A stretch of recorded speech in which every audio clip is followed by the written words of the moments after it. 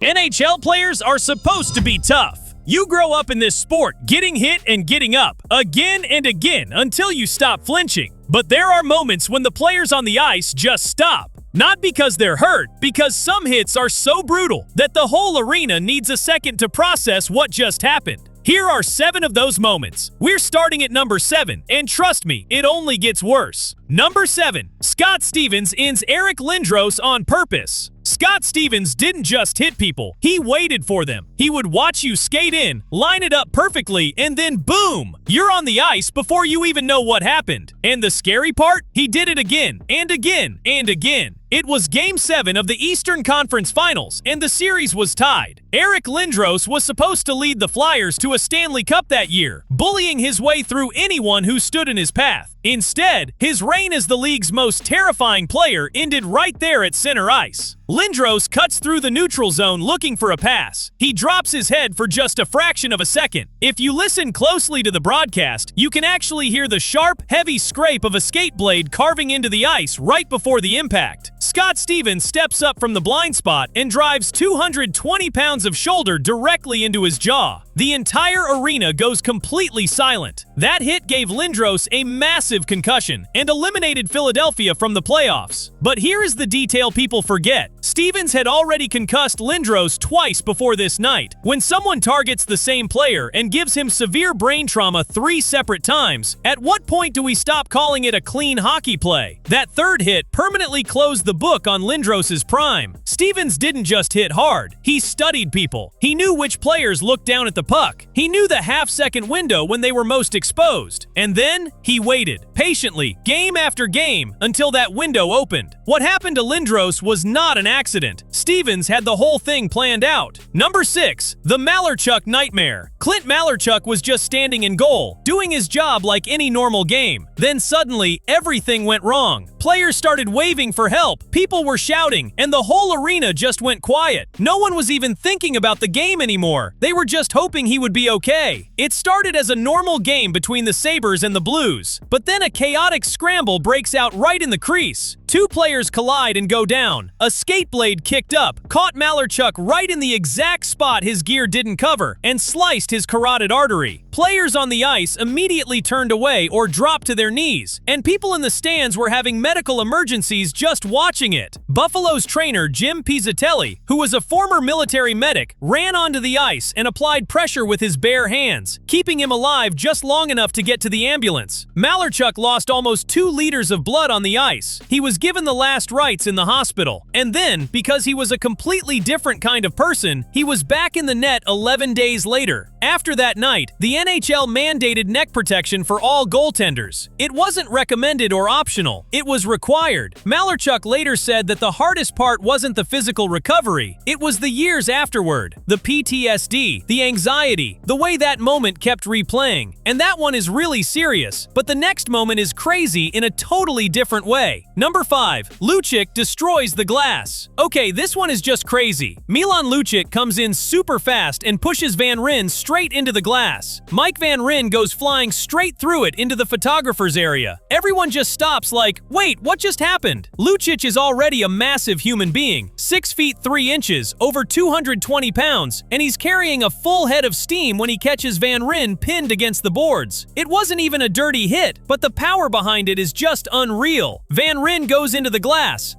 goes with him, and suddenly you've got 2 massive hockey players sitting in the photographer's pit, surrounded by broken glass and some very confused camera guys. The arena stops, not because of a whistle. The whistle comes later. It stops because the glass is gone. There is a gap in the rink where the boards used to be. The game cannot continue. Officials are standing at the edge, looking into the pit below. Van Ryn is down there. He suffered a separated shoulder. The game was delayed while they replaced the glass panel. And Lucic? He got 2 minutes for charging. 2 minutes for removing a wall from a building. There are probably photos from that night taken by cameras that were knocked sideways by a 220-pound man falling on them. The most accidental sports photography session in history. But that's not even the worst part, because the next one, it didn't just stay on the ice.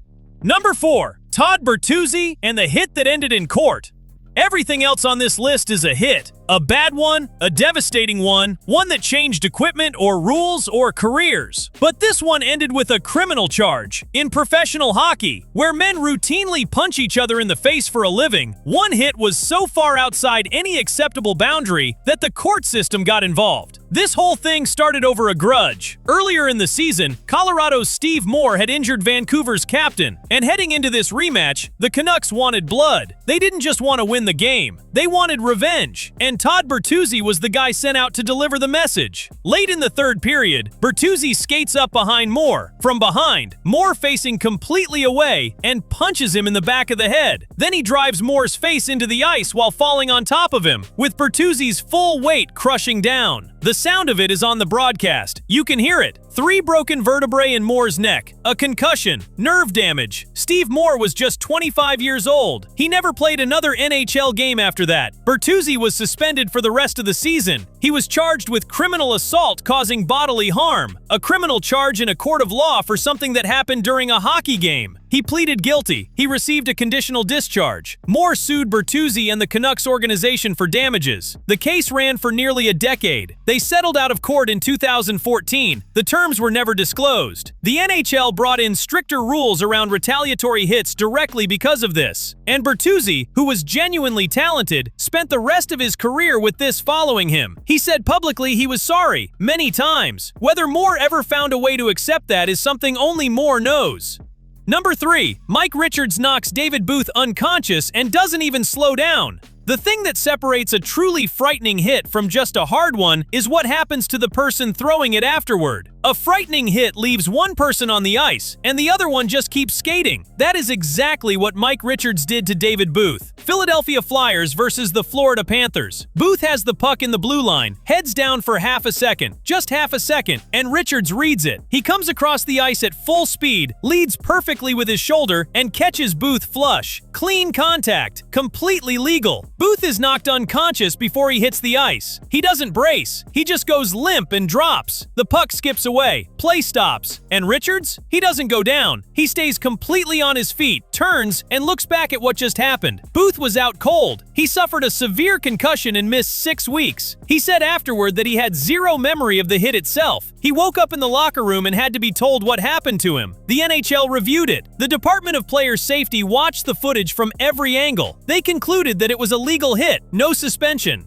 Number 2. 419 penalty minutes. There are games where things get out of hand, and then there is the Ottawa Senators versus the Philadelphia Flyers, a night that NHL disciplinary history refers to as one of the most violent single games in the modern era. It started with a hit, it ended with 11 players ejected, 419 penalty minutes called, and a review from the league that changed how teams were allowed to operate during line brawls. It started when Senators forward Martin Havlat slashed Flyers forward Mark Recchi in a prior game. Philadelphia came into this one looking for revenge. The fight didn't happen instantly. It was a slow build. And then both benches are empty. Not a few guys. Both benches. Every available player on both teams is on the ice. Referees are genuinely outnumbered. Linemen are there just trying to separate players who are bigger than they are and not particularly interested in being separated. Fights are happening simultaneously in 3 different areas of the ice. When it was over, 11 players were ejected. The players of both teams who hadn't been ejected played out the rest of the game so short-handed that both teams were icing lines that barely resembled NHL rosters. The NHL reviewed the game, reviewed the rosters, and reviewed the behavior of both coaching staffs. Fines were issued. The league issued a formal statement, and then it quietly rewrote the rulebook on bench fights because the footage of 40 grown professional athletes all fighting simultaneously was not exactly the image the league was going for.